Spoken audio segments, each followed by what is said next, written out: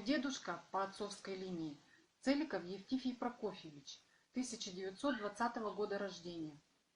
Уроженец деревни Титкова Уринского района Горьковской области. Ветеран Великой Отечественной войны. С 1940 года он был призван на службу Красной Армии, где служил в медсанроте санитаром. С 1942 года по май 1946 года воевал в 141-м танковом полку автоматчиком.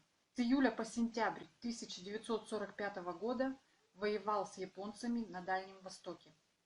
Ему был присвоен орден Отечественной войны второй степени. Умер дедушка в 76 лет.